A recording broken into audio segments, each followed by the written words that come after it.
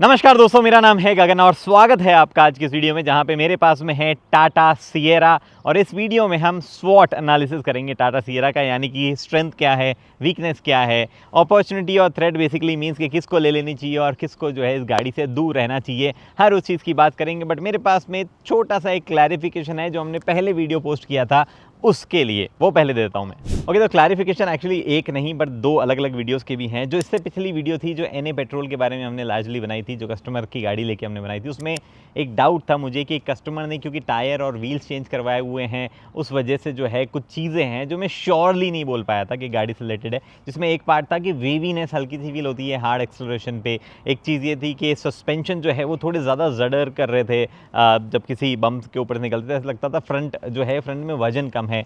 और तीसरी चीज़ जो है वो हमें रोड और हमिंग नॉइज़ जो आ रही थी लगातार, तीनों चीज़ें स्टॉक एनए इंजन में भी हमें मिली है। तो वो कस्टमर कार या उसके जो चेंज करवाए हुए टायर वगैरह की प्रॉब्लम नहीं थी, वो इसमें भी है, जो स्टॉक गाड़ी है उसमें भी है। तो उसको उससे लिंक करना जो है वो गलत होगा। मतलब मेरा जो डाउट था कि वो सारी गाड़ियों में होगा या सिर्फ उस गाड़ी में है, वो सही है कि वो सारी गाड़ियों में है। फिर उससे पहले जो ये वीडियो हमने बनाई थी एनए की, उससे पहले जो मीडिया ड्राइव हमने टर्बो पेट्रोल और डीजल हमने चलाया था, उससे रिलेटेड भी एक चीज़ है। वी वर वेरी सरप्राइज कि टाटा सिएरा पहली गाड़ी जिसमें कोई लार्जली बड़ा हमें ऐसा चीज़ या मैल फंक्शन देखने को नहीं मिला जिसको मेजरली ऐसा कुछ क्रिटिसाइज़ किया जाए। But that was not the case जब हमने बाकी लोगों से बात करना शुरू करी। हमें रियलाइज़ हुआ कि जो गाड़ियाँ डीलरशिप पे खड़ी है, जो गाड़ियाँ बाकी लोगों ने चलाई हैं, उनमें कहीं ना कहीं किसी न किसी को छोटा मोटा इशू आए, पैनल गैप्स देखने को मिले हैं वगैरह वगैरह। तो मे बी इस बार हमें जो गाड़ी मिली, हम ज़्यादा उन लकी लोगों में से थे जो आमतौर पे बोलते हैं कि हमें टाटा की गाड़ियों से कोई प्रॉब्लम नहीं थी, हम उन लकी लोगों में से थे। बट ओवरऑल सिएरा एक बड़ा अपग्रेड टाटा की पहली जो गाड़ियाँ आई हैं उनसे है। पंच इससे पहले मेरे को लगता था कि बहुत ही ज़्यादा सॉर्टेड और सही प्रोडक्ट वो जो है उन्होंने बनाया है अपने पुराने प्रोडक्ट के मुकाबले। सिएरा अभी भी उससे ऊपर ही आंकूंगा मैं ओवरऑल क्वालिटी और फिट एंड फिनिश के मामले में, बट अभी भी इश्यूज़ वगैरह है।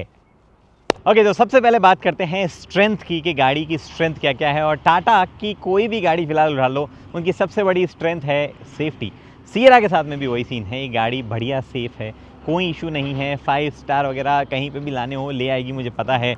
एक तो क्या है ना, ये 5 स्टार वगैरह लाना जो है, इसके एक स्ट्रक्चर होता है जो कि गाड़ी को क्रैश किए बिना ही हमें समझ में आने लग जाता है कि किसको मिलेंगे किसको नहीं मिलेंगे। बट टाटा सिएरा के साथ में डेफिनेटली लोहा हुआ मजबूत है और टाटा को लंबे टाइम से अब अनुभव हो गया है कि किस तरीके से सेफ बनाना है गाड़ियों का स्ट्रक्चर एटलीस्ट। तो वो उन्होंने काम यहाँ पे किया है। ऑन टॉप ऑफ एवरीथिंग, इस गाड़ी के स्पेशली टॉप जो अपर वेरिएंट्स है उसके साथ में तो सारे स्टैंडर्ड सेफ्टी फीचर्स जो हैं उनके साथ बाद में एडास फीचर्स भी ऐड किए गए हैं। एनए पेट्रोल का मैनुअल वर्जन यहाँ पे है, this is not the top and, this is accomplish variant. एक वेरिएंट नीचे है बट इसमें भी आपको एडास मिलता है, रियर एडास फंक्शंस नहीं मिलते हैं, but this is pretty much very safe car. जो सेकंड स्ट्रेंथ है इस गाड़ी की वो है साइज। ये गाड़ी बड़ी है। इससे पहले कि आप आगे जज करो या कहीं और कुछ कॉन्वर्सेशन शुरू हो, मैं आपको बता दूं, कई लोगों को लगने लगा था कि एक्सयूवी स्कॉर्पियो जितनी बड़ी है उतनी बड़ी नहीं है ये गाड़ी, भले ही आपको एड्स वगैरह वीडियोस वगैरह में लग रही हो। But this is not a small car. Duster, Creta, Seltos, इन सब के सेगमेंट की ये गाड़ी है। और भले ही ऑन पेपर आपको डस्टर लंबी लग जाती होगी, but Sierra is the biggest car in terms of overall size. जो बॉक्सीनेस, जो ओवरऑल जगह, जो वॉल्यूम है इस गाड़ी की, वो सबसे बड़ी है सेगमेंट में। उसके बाद में तीसरी चीज़ भी एस से ही शुरू होती है सिएरा की, और वो है स्पेस। ये गाड़ी में स्पेस बहुत है। साइज़ ऑफ कोर्स बाहर से बड़ी है तो स्पेस भी बहुत होगा, बट ऑब्वियस बात है, लेकिन जो ऊपर की बॉक्सीनेस है वो अंदर बैठ के सही से समझ में आती है। प्रॉबली सेगमेंट की एकमात्र गाड़ी है जिसमें पीछे 3 लोग 6 फुटे बैठ सकते हैं। ब्रश करेंगे अगेन इधर उधर, बट हेडरूम की कोई खास कमी होगी नहीं। शोल्डर भी जो है साइड वालों को ऐसा नहीं होगा कि क्रैम्प होकर बैठेंगे।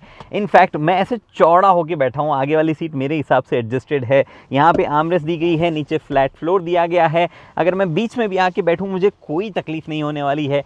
But you know what is the best part, इतना स्पेस है। आप कहोगे इतना स्पेस तो मैंने और गाड़ियों में भी देखा है।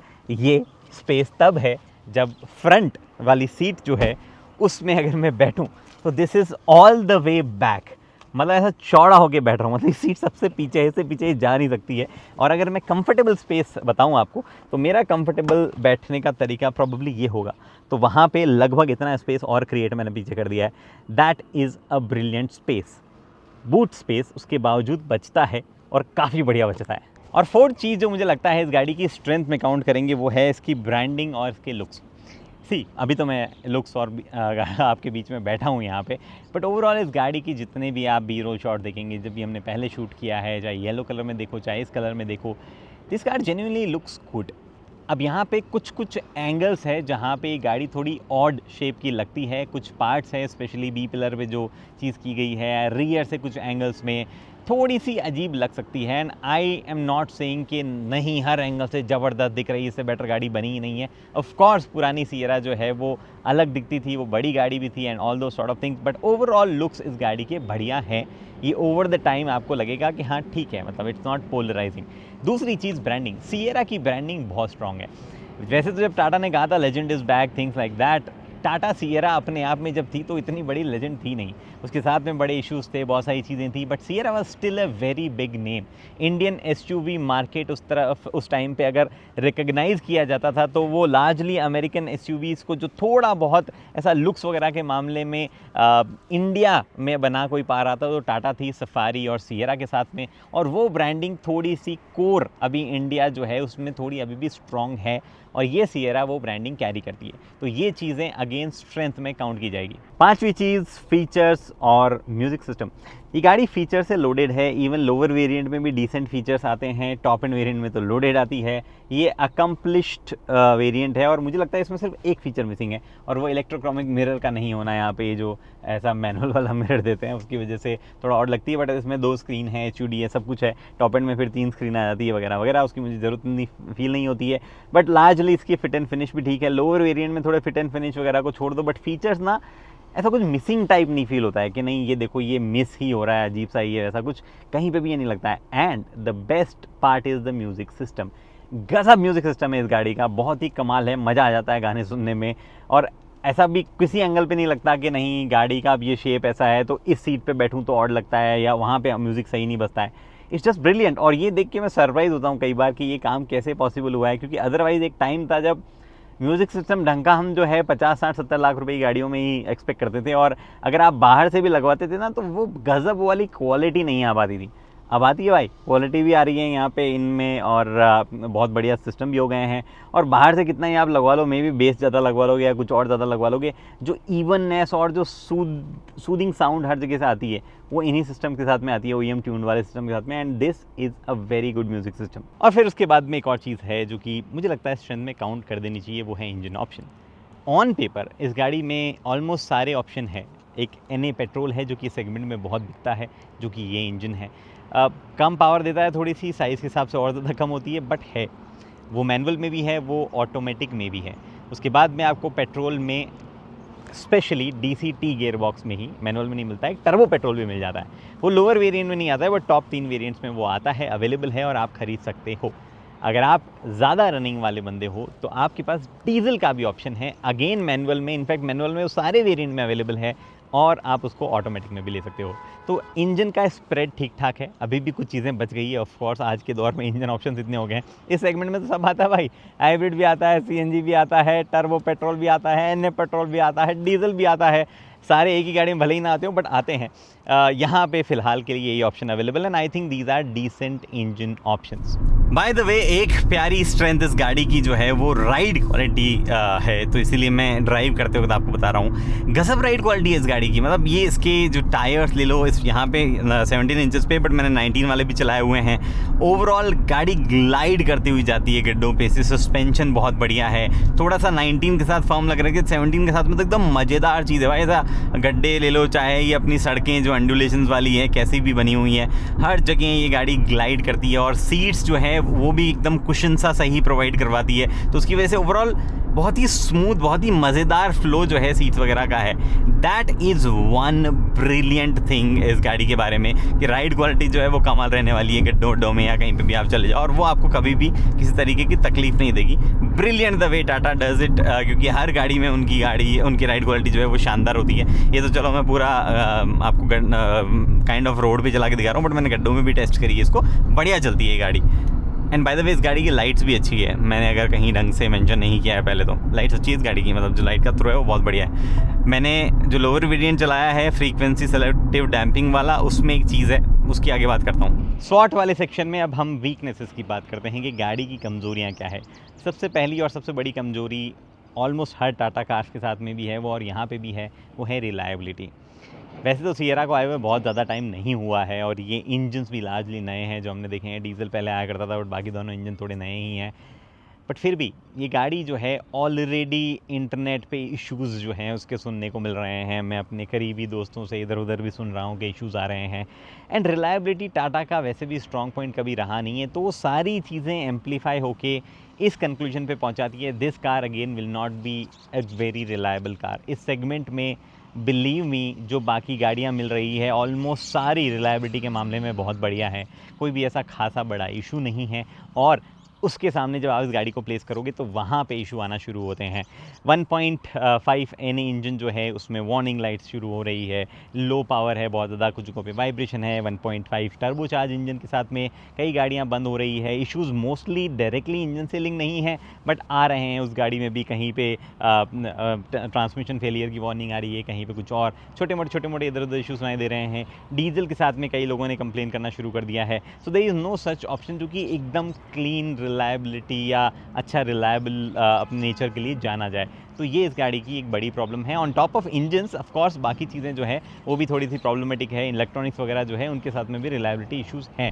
Then the next negative is the way the dynamics are. So मैंने जो एनी इंजन से पहले चलाया था और लोअर वेरिएंट में चलाए थे, एक और चीज़ है जो मैं कह देता हूँ, अभी मैंने आई थिंक मैं कहना भूल गया हूँ, वो ये कि अलग अलग वेरिएंट में अलग अलग फिट एंड फिनिश और वो चीज़ें हैं। मैंने जो गाड़ी चलाई थी से पहले लोअर वेरिएंट, उसमें फिट एंड फिनिश बहुत ही एवरेज थे। अलग अलग जगहों से पार्ट्स वगैरह अजीब से दिख रहे थे निकलते हुए, और कई जगहों पे कई और चीज़ें जो है लग रहा था कि सही से फिनिश नहीं है। जंग वगैरह भी कुछ गाड़ियों में कुछ जगह देखी गई है, रील वगैरह में देखा था मैंने।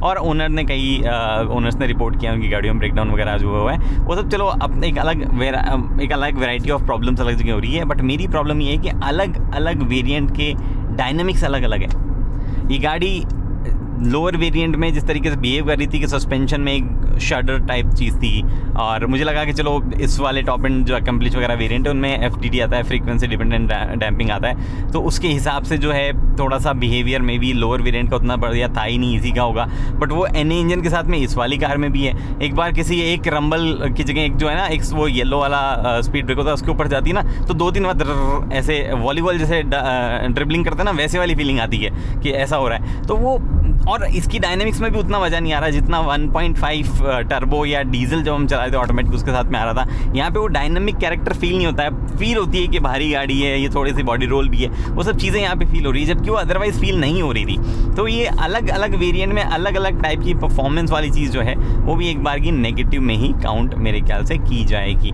ओवरऑल इंजन और ये जो ड्राइव ट्रेन वगैरह थोड़े और स्मूथ और एफिशिएंट और मज़ेदार होने चाहिए थे, वो नहीं है। नेक्स्ट 2 नेगेटिव जो है वो मैं आपको अगेन अंदर बैठे बैठे बताता हूँ। उसमें से सबसे पहला है कि there is no solid good engine in terms of efficiency, जो कि कई लोग इस जगह पे देखते हैं। जो एनए इंजन है काफ़ी डल फील होता है, हाईवे पे ठीक ठाक माइलेज फिर भी दे रहा है, सिटी में बहुत बढ़िया, मतलब बहुत ही बेकार माइलेज एक्चुअली, बहुत ही बढ़िया तरीके से तेल पीता है, ये बोलना मैं चाह रहा था। टर्बो पेट्रोल है बट वो भी काफ़ी ज़्यादा पीता है, बट उसमें परफॉर्मेंस के कोई इशूज़ नहीं है, मस्त चलता है। इंजन का वजन इंजन जो है वो गाड़ी के वजन को बहुत बढ़िया से खींचता है। डीजल भी थोड़ा स्लगिश फील होता है इस गाड़ी के वेट के सामने, उतना स्मूथ नहीं है। ओवरऑल ड्राइव ट्रेन में वाइब्रेशंस वगैरह काफ़ी है। It just doesn't give that feeling of being guarantee diesel, जो कि बहुत ही ऐसा होना चाहिए कि पावरफुल वगैरह फील हो। डिस्पाइट द फैक्ट कि इस सेगमेंट में अगर आप देखो तो किया सेल्टॉस और क्रेटा का भी जो ऑटोमेटिक के साथ में है वहाँ पे इंजन काफ़ी अल्लाह वल्लाह करता है, बट वो पावर की कमी टाइप फील नहीं होने देता है। लेकिन वो एफिशिएंसी वो भी नहीं देता है, बट उसका मैनुअल बहुत बढ़िया चलता है। यहाँ पे दोनों ही केसेस में वो चीज़ नहीं आ रही, वो पावर वाली बात भी नहीं आ रही, और उतनी ज़बरदस्त एफिशिएंसी भी सिटी वगैरह के केसेस में या लो स्पीड पे नहीं मिलती है। फिर एक और चीज़ है जो कि कई टाटा गाड़ियों में एप्लीकेबल है, ऑलमोस्ट सारी गाड़ियों में एप्लीकेबल है, और इसके साथ में भी है, और वो नेगेटिव ही कंसिडर की जाएगी, वो है सर्विस शेड्यूल। हर टाटा कार हर 6 महीने में सर्विस सेंटर जाती है। ऐसे नहीं बोल रहा हूँ कि ख़राब होके जाती है, इश्यूज़ है आप तब जाओगे, वो अलग प्रॉब्लम है अपनी। मैं टाटा पंच ओन करता हूँ और मैंने वो ली ही इसलिए थी ओवरऑल फर्स्ट हैंड एक्सपीरियंस के लिए। मैंने पंच की वीडियो में बोला कि सर्विस जो है 6 महीने जाना होता है, तो किसी ने डिफेंस में बोला कि नहीं वो तो अच्छी बात है एक्चुअली यार 6 महीने में जाना होता है, क्योंकि आपको इंस्पेक्शन के लिए बुलाते हैं, रेगुलर ऐसा कुछ बड़ा चेंज नहीं होता है, और आपको जो अगर कुछ प्रॉब्लम होगी तो पता भी चल जाएगी। And that from angle is actually good point कि आप हर 6 महीने में जा रहे हो, but there is a negative side to it. That also means कि आप सर्विस सेंटर फ्रीक्वेंटली जाओगे, आप डबल टाइम जाओगे तो ज़्यादा जो है जो भी पेट्रोल या diesel what ever you have वो ज़्यादा खर्च करोगे। नॉट जस्ट दैट, आपका टाइम ख़राब होगा, प्लस क्या वो गाड़ी इतनी रिलायबल नहीं है कि बार बार उसको बुलाया जा रहा है। और अगर आप सर्विस सेंटर जाओगे तो 100% आप बिना कुछ बिल बनाए तो आओगे नहीं, बिल भी आपका वहाँ पर बनेगा। In fact this is the official owners manual, जिसमें लिखा हुआ है आपको हर 6 महीने या 7,500 किलोमीटर या जो भी पहले आए उसमें सर्विस सेंटर जाना है। कई चीज़ें इंस्पेक्ट होगी, नहीं हुई तो वारंटी जो है उसमें असर आएगा, कई पार्ट्स भी ख़राब हो सकते हैं, आप जाओगे तो आगे इस तरीके की ओवर सेलिंग भी हो सकती है। टाटा के existing service centres already crowded हैं and this thing makes it double crowded. Imagine आपकी गाड़ी को सडनली हर 1 साल में सर्विस पे जाना हो, हर 10,000, 12,000, 15,000 पे जाना हो, service centre automatically becomes half crowded. क्यों नहीं कर रहे हैं? And the last negative point will be resale. Tata की गाड़ियों की आफ्टर मार्केट रीसेल उतनी ज़्यादा नहीं है एंड कंसिडरिंग जो रिलायबिलिटी और थोड़े थोड़े इंजन वाले इशूज़ है, फ्यूल वाले इशूज़ है, डेफिनेटली इस गाड़ी की रीसेल उतनी ज़बरदस्त नहीं होनी है। ऑल्सो ये गाड़ी वैसे भी ओवरऑल सेगमेंट में महंगी है। हाँ, उस पैसे की आपको वैल्यू भी मिल जा रही है साइज़ और स्पेस वगैरह के मामले में, but that does not mean कि आप जब बेचने जाएंगे तो वो वैल्यू आपको वापस मिलेगी। तो ओवरऑल डिप्रिसिएशन ज़्यादा होगा इस गाड़ी के साथ में। अगर आप उन लोगों में से हो तो ध्यान रखना कि बेचने टाइम पे। ओके, तो अपॉर्चुनिटी किसके लिए है, किस किस को ये गाड़ी लेनी चाहिए? अगर आपको सिएरा ब्रांड नेम चाहिए तो आप ये गाड़ी ले सकते हैं। सिएरा की जो लेगेसी है, जो ओवरऑल मार्केटिंग के साथ में इमेज एस्टैब्लिश की गई है इस गाड़ी की, वो आप नहीं ले रहे हो तो भी आपको पता है, तो जो ले रहा है आपके मन में उसके लिए भी होता है कि यार देखो सिएरा लिए, आपको पता है ये महंगी गाड़ी है, आपको पता है थोड़ी सी बड़ी गाड़ी है। अगर आप उन लोगों में से हो जिनको चाहिए कि स्पेस ज़्यादा हो, 5 सीटर प्रॉपर 5 एडल्ट बैठ पाए, एक्सयूवीज और या स्कॉर्पियो वगैरह जो है, हैरियर वगैरह आपके लिए थोड़ी बड़ी हो जाती है साइज़ में, कॉम्पैक्ट फॉर्म फैक्टर में ये 5 लोग अच्छे से बैठा सकती है, आप ये ले सकते हो। अगर आप उन लोगों में से जिनको टाटा पसंद है, उनका ओवरऑल सेफ्टी का पुश पसंद है, अगर आप उन लोगों में से हो जिनको ये लुक्स जो है इस गाड़ी के पसंद आ रहे हैं, और अगर आप उन लोगों में से हो जिनका सिंपली सीन ये है कि भैया मेरे को एक ज़बरदस्त राइड वाली गाड़ी चाहिए, ख़राब सड़कें हैं मेरे इलाके में, you can definitely buy this car. Mind you, एक हल्की सी आवाज़ लेफ़्ट साइड के सस्पेंशन से मुझे आई थी, जो कि कई टाटा कार्स में प्रॉब्लम है, बट वो कोई ऐसी चीज़ नहीं है जो ख़राब हो जाए या कोई कैटास्ट्रॉफिक चीज़ उसमें है नहीं। Brilliant ride quality. बट किन लोगों को नहीं लेनी चाहिए थ्रेड किट के लिए ये गाड़ी, वो बता देता हूँ मैं। अगर आप उन लोगों में से हो जिनको रिलायबिलिटी की क्रेविंग रहती है, उन लोगों में से हो जिनको एक ये गाड़ी है मैं खड़ी करूँ आज 5 महीने बाद उठाऊँ तो भी चलनी चाहिए, ये गाड़ी में भी चल जाए बट आपको सर्विस सेंटर ले जानी पड़ेगी बिकॉज 6 महीने का सर्विस शेड्यूल है। अगर आप उन लोगों में से हो जिनको एफिशिएंसी चाहिए कि मेरे को माइलेज बहुत बढ़िया चाहिए, अगर आप उन लोगों में से हो जिनको रीसेल का फ़र्क भी पड़ता है, this is not a car for you. And also one special case, अगर आपको सिएरा ही चाहिए लेकिन आपकी रनिंग ज़्यादा है, mind you Sierra EV is almost here, वो आने ही वाली है और वो जो है कई लोगों के काम की हो सकती है, उसमें इतने इश्यूज़ भी नहीं होंगे, इंजन विंजन वाली प्रॉब्लम भी नहीं है, पावरफुल भी डेफिनेटली होने वाली है। बट सिएरा की जो टिपिकल कैरेक्टरिस्टिक्स है, अच्छी राइड और ओवरऑल बॉक्सीनेस वगैरह, स्पेस वगैरह, हर चीज़ रहेगी उसमें भी, तो ये मामला है। Okay, I am genuinely looking forward to Sierra EV, क्योंकि ओवरऑल जो ईवीज़ के साथ में टाटा ने धीरे धीरे इंप्रूवमेंट किए हैं। जैसे कि नेक्सॉन 45 एक काफ़ी बढ़िया नेक्सॉन का वेरिएंट रहा है, ओवरऑल चेंज होते होते जो नई पंच आई है, वैल्यू भी अच्छी है, ओवरऑल इंप्रूवमेंट भी अच्छे हैं। तो मुझे लग रहा है कि सिएरा ईवी भी एक दमदार प्रोडक्ट होगा और डेफिनेटली ये जो एग्जिस्टिंग 3 इंजन ऑप्शंस वगैरह है, इनकी जो कई खामियां हैं वो वहाँ पे नहीं होगी, तो वो ओवरऑल एक मैच्योर सिएरा लगेगी। तो वो चीज़ जो है वो एक इंपॉर्टेंट चीज़ है। बाकी मैं यहाँ पे इसलिए बैठा हूँ ताकि आप देख पाओ कि बूट में स्पेस है, जो मैंने पहले आपको बोला था। फिलहाल हर चीज़ मैं आपको बता चुका हूँ। अभी भी कोई डाउट है आपको तो वो डाउट आप कमेंट सेक्शन में पूछ लीजिए। और अगर अभी भी आपको लगता है कि आई जेन्युइनली हेट टाटा, ऐसा नहीं है भाई, मेरा काम ही ऐसा है, मैं क्या करूँ कि मेरे को आपको पॉजिटिव नेगेटिव बताने पड़ते हैं। There are things that I genuinely want this brand to improve, मे भी वो धीरे धीरे कर देंगे, जिसमें से इंडिकेटर, स्टॉक्स और एक दो चीज़ें तो वो इम्प्रूव की भी है उन्होंने। तो फिलहाल इस वीडियो में इतना ही। उम्मीद करता हूँ वीडियो पसंद आई है तो लाइक, शेयर, सब्सक्राइब आप कर सकते हो। अगली वीडियो तक के लिए दोस्तों हेलमेट पहनिए, सीट बेल्ट पहनिए, सुरक्षित चलिए। धन्यवाद। और एक और चीज़ मैं आपको बताना चाहता हूँ कि ये बूट जब आप बंद करते हो ऐसे और जब वापस खोलते हो ऐसे, तो ये कड़क की आवाज़ क्यों आ रही है पता है? क्योंकि यहाँ से ढीला है, ये फिनिश क्यों नहीं किया।